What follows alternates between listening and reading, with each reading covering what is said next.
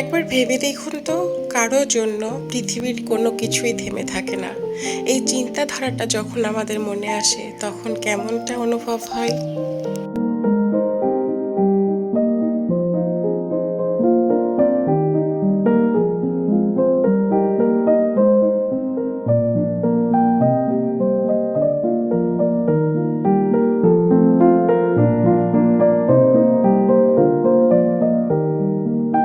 আসসালামু আলাইকুম এভরিওয়ান, সবাই কেমন আছো? আলহামদুলিল্লাহ, আমরা অনেক ভালো আছি। আশা করি আল্লাহ তোমাদেরকেও ভালো রেখেছে বরাবরের মতো। আরও একটা নতুন দিন, আরও একটা নতুন ব্লগ নিয়ে তোমাদের মাঝেই আসলাম। আর আল্লাহ তাআলার অশেষ রহমতে আমরা আছি আলহামদুলিল্লাহ। যতটুকু ভালো থাকা যায় আসলে সেটাকে আলহামদুলিল্লাহ বলা উচিত। আমি বরাবরই বলি যে আল্লাহ তাআলা খুশি হয়, আর সেই সুবাদেও যেন আল্লাহ তাআলা আমাদের সুস্থ করে দেয়, ভালো করে দেয়। তো আমি গত ব্লগে বানিয়েছিলাম পুডিং, আর এই পুডিংটা বানানোর একটাই উদ্দেশ্য ছিল যে বাচ্চারা না ডিমের দুধ খায় না, তো সেক্ষেত্রে যদি তুমি বাসায় একটা পুষ্টিকর খাবার বানানো যায় তাহলে সমস্যা কোথায়। তো বানিয়ে দিয়েছিলাম। তো এখন আমি সবার জন্য সার্ভ করছিলাম, আমার স্বামী, সন্তান এবং দেবরের জন্য।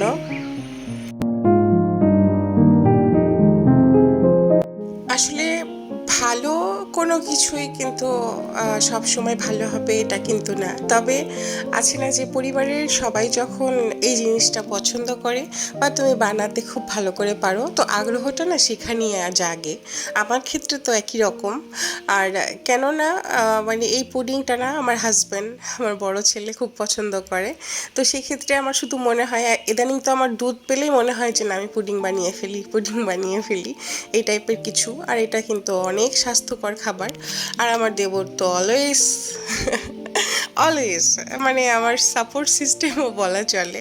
অ্যাকচুয়ালি দেবর কখনো সাপোর্ট সিস্টেম হয় হয় আসলে আমার এই দেবরটা না আমার ভাইয়ের মতো, আর সে আমাকে ভাই অনেক সাপোর্ট করে, মোটিভেট করে। তো ভাইয়া অলওয়েজ ভাবি অসাধারণ, ভাবি অসাধারণ, ভাবি এরকম খাবার কখনো খাইনি, মানে এই টাইপের। তো প্রশংসা হোক আর যেটাই হোক, অ্যাকচুয়ালি আমার দেবরের এটা ভালোবাসা, সম্মান, সেটাই হতে পারে যে আচ্ছা ভাবিকে কি বলবো না বলবো, সব সময় অসাধারণ, আলহামদুলিল্লাহ, মাশাল্লাহ। তো এটার জন্য আমার দেবরকে ধন্যবাদ। তো রাতের খাবারে বানিয়েছি আমি হচ্ছে শুকনা মরিচ দিয়ে তোমার ভর্তা। আর এই ভর্তাটা এখন আমাদের খুব জরুরি খাবার, কেননা বড় ছেলে খাবার ছেড়ে দিয়েছে, প্লাস সবার একটু ঠান্ডা ঠান্ডা জ্বর জ্বর, এর জন্য এটা ছিল আমাদের জন্য পারফেক্ট। পরদিন সকালে আজান বাবা ঘুম থেকে উঠেছে, আর আমি বড় ছেলের জন্য নাপা ওষুধটা নিয়ে আসছি আর আমার জন্য চা। তবে আজকে আমি ব্রেড খাবো না নিয়াত করেছিলাম, আর ব্রেডটা শুধু আমার বড় ছেলের জন্য, কেননা খালি পেটে তাকে ওষুধ কিভাবে দেই। আমি বললাম না তার জ্বরটা কমেছে আলহামদুলিল্লাহ, বাট এখনও আছে। মানে ওষুধটা যদি একটু কন্টিনিউ না করি দেন জ্বরটা আবার আসতে পারে। আসলে ভয়ে আছি যেহেতু সবাই অসুস্থ, তার উপরে ছোট ছেলেটা একটু বেশি সিরিয়াস। সেদিকে আমি চাচ্ছিলাম না যে আমার বড় ছেলেটা আবার অসুস্থ হয়ে যাক। এমনিতেই দুইটা এক্সাম সে দিতে পারে নাই, সেই একটা টেনশন আমার ছিল মাথায়। আসলে কিছুদিন ধরে আমার পুরো ব্লগগুলোই হচ্ছে অসুস্থ অসুস্থ অসুস্থ। আসলে মেডিসিন তো জাদু না যে মেডিসিন খাবো আর সুস্থ হয়ে যাব এক নিমিষেই। আমার কণ্ঠটা শুনেই বুঝতে পারছো যে আসলে আমরা কেউ ভালো নেই। তো ওদেরকে যখন ব্রেড দিলাম তখন ভাবলাম যে একটা ব্রেড আমিও খেয়ে ফেলি, কেননা কিছু খেতে মন চাচ্ছিল না। আর আজান খাবে হচ্ছে যে ব্রেডটা তোমার ভেজে ডিম দিয়ে। তো ভাবলাম যে যেহেতু বলেছে, কেননা তাকে না কনভিন্স করতে হয় যে বাবা কোনটা খাবা, কিভাবে খাবা, যেটা খাবা সেটাই দিব। মানে বাচ্চা হলে যা হয়, ছোট বাচ্চাকে মনে হয় যে একবার একটু খাবার খেলেও আমরা মায়েরা খুব শান্তি পাই। তো আমি ঝটপট দেরি না করে ওর জন্য আমি তোমার ব্রেড দিয়ে ডিম ফ্রাই করতে চলে এসেছি।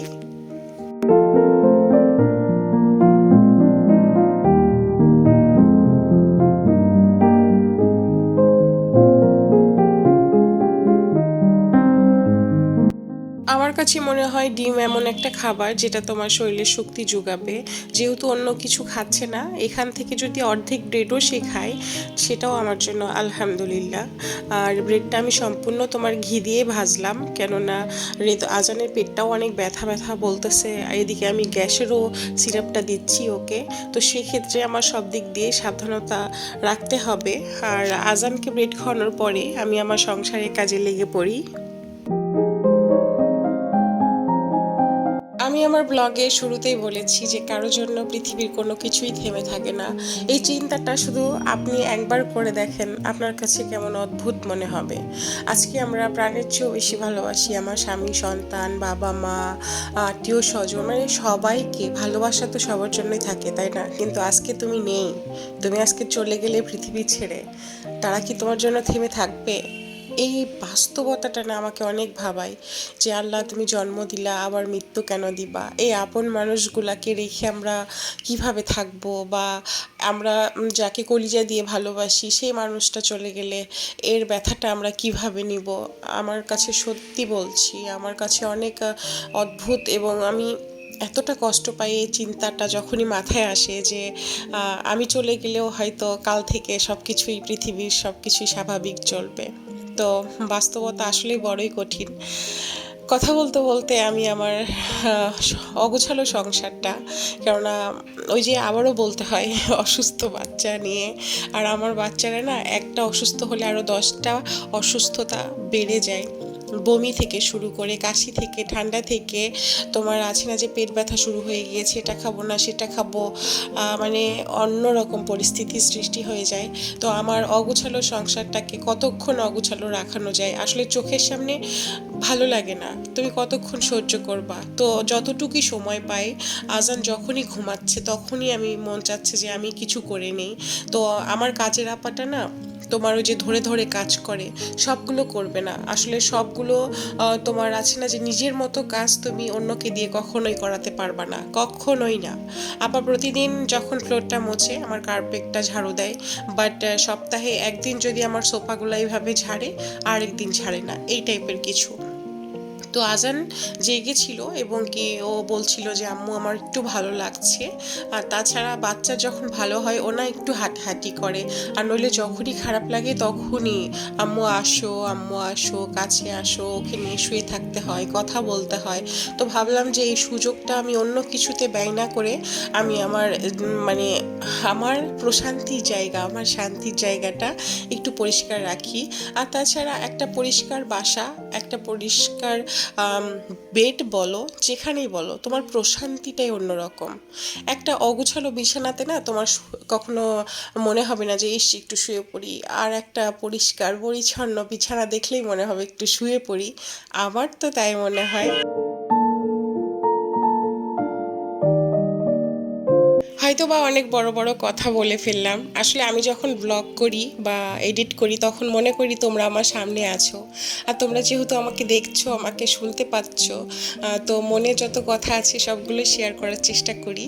আর এই ফাঁকে তোমাদের কাছে একটা অনুরোধ, আমার কষ্টের এই ব্লগটা, আমি অনেক কষ্ট করে ব্লগ করি, হ্যাঁ, সো তোমাদের যদি যে কোনো একটা পার্ট ভালো লাগে অবশ্যই একটা লাইক দিও, আর আমার চ্যানেলটা সাবস্ক্রাইব করে আমাদের সাথেই থেকো। সেই রমজান মাস থেকে শুরু করে তোমার ঈদের পর দিনে চলে গেলাম আমরা গ্রামে, গ্রাম থেকে ঢাকা শহরে। আর ঢাকায় আসতে না আসতে আমার ফ্যামিলির প্রত্যেকটা পার্সন অসুস্থ, যার কারণে আমার শোকেসের নিচের যে পার্টটা সেটা কিন্তু অনেক অগুছালো। আর এই নিচের পার্টটা থেকে আমি অলওয়েজ সব কিছু বের করি রাখি, এই জন্য। আর আমি বিশ্বাস করো, এই শোকেসটা যে আমি গোছাবো পরিপাটি করে, ততটুকু সময় সত্যিই আমার হাতে এখন নেই। তো সেক্ষেত্রে আমি কি করছিলাম, তোমার আরেকটা ট্রে ঢুকাতে যেয়ে এই কাপটা একদম পড়ে যেয়ে ভেঙে গেল। আসলে ক্ষতি না হলে না কোনো কিছুর আগ্রহ আসে না। তবে আমি চেষ্টা করব, যদি আজান একটু সুস্থ হয়ে যায় বা সুযোগ সুবিধা হয়, আমি পুরো শোকেসটা আবার সাজানোর চেষ্টা করব। তবে কাপটা ভেঙে গেল, মানে জোড়া ভেঙে গেল। এই রকম তোমার 2টা কাপ ছিল আমার, তো আর কি করা, কোনো সমস্যা নেই, নেক্সট টাইম অবশ্যই আবার কিনে নিব। আর বাবাটা আমার সাথেই ছিল, বাবাটার চোখ মুখ সব ফুলে গিয়েছে। আমার বাবাটা, আম্মু এটা ভেঙে গেল, এরকম করছিল সে।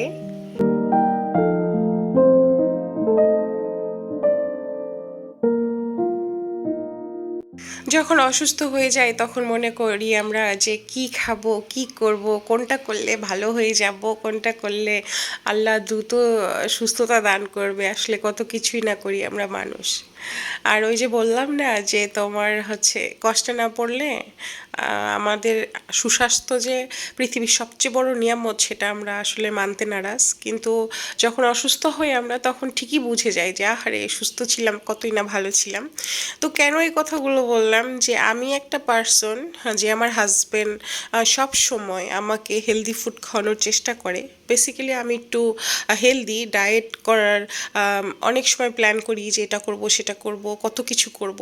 তো সেই ক্ষেত্রে ডায়েটের তো মানে আমার দূর দূরান্তেও কোনো সম্পর্ক নেই। বাট কয়েকদিন ধরে অনেক দুর্বলতা, অনেক ভালো লাগে না শরীরটা। তো কিছু কাঠবাদাম ভিজিয়ে রেখেছিলাম, তো সেটা একটু চিলে চিলে খেলাম। আর বা আজানকে এখন আমি একটু আনারের জুসটা করে দিব, কেননা সে এত পরিমাণে দুর্বল। সকালে যে তোমার ব্রেড দিয়েছিলাম, 4 ভাগের 1 ভাগও সে খায়নি। তো সেক্ষেত্রে একটু এখন একটু জুস দিলে, আর অসুস্থ আছে যেহেতু আমি একটু পরে লেবু পানি করে দিচ্ছি, বা আছে না যে জুস রেখেছি ঘরে, যে কোনো সময় একটু চেলে একবার করে খেলেও মনে হচ্ছে যে সেও ভালো থাকছে আর আমিও শান্তি পাচ্ছি। পরে আমি আর ও মিলে তোমার হচ্ছে বেদেনাটা ঝরাচ্ছিলাম।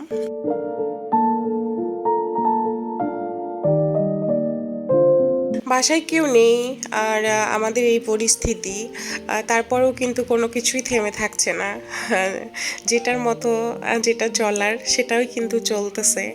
আর বেলা শেষে ওই যে বলি না যে আমাদের কাজ আমাকেই করতে হবে, অযথা অযথা জমিয়ে রেখে বা শুয়ে শুয়ে সেলফোনটা না টিপে নিজের কাজগুলো করাই অনেক বেটার। সো আমাদের বেদেনাটা ঝরানো হয়ে গেল, এখন তাকে একটু ঘোরানোর চেষ্টা করব।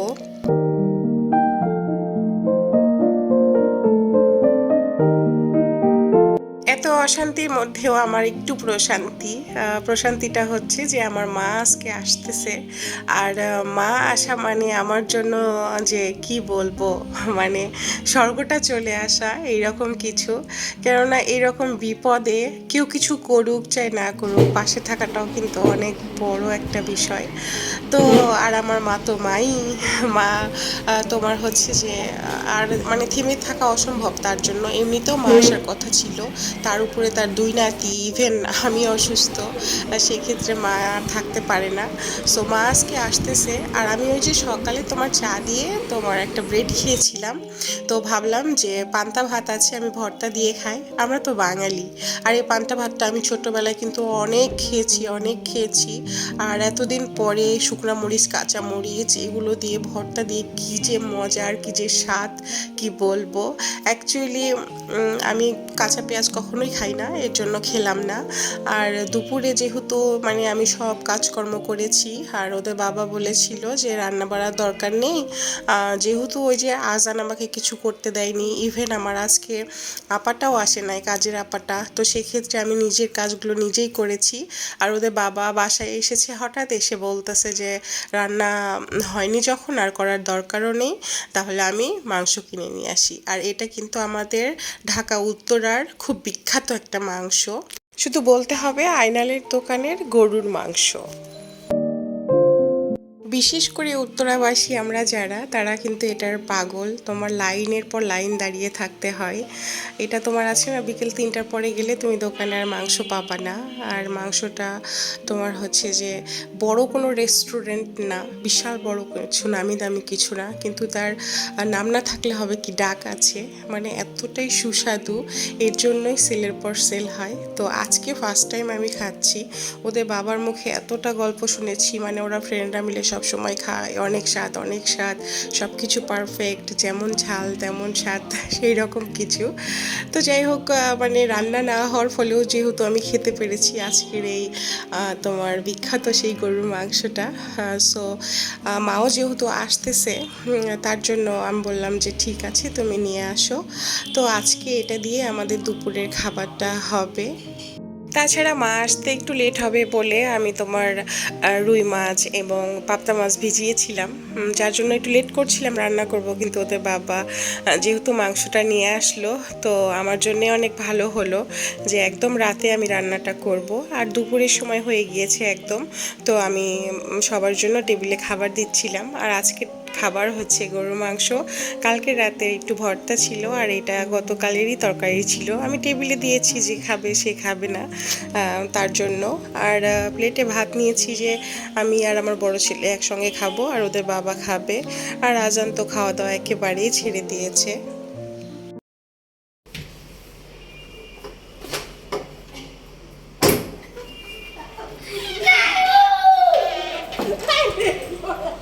পড়ে যাবে নানু, আস্তে আস্তে, নানু পড়ে যাবে। বলো রেদওয়ান, রেদওয়ান, রেদওয়ান,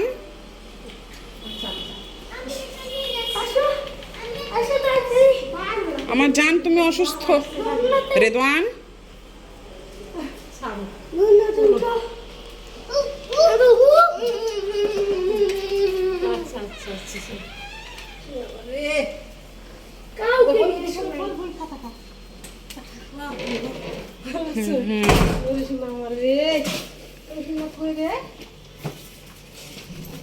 মাত্র উঠে বসছে।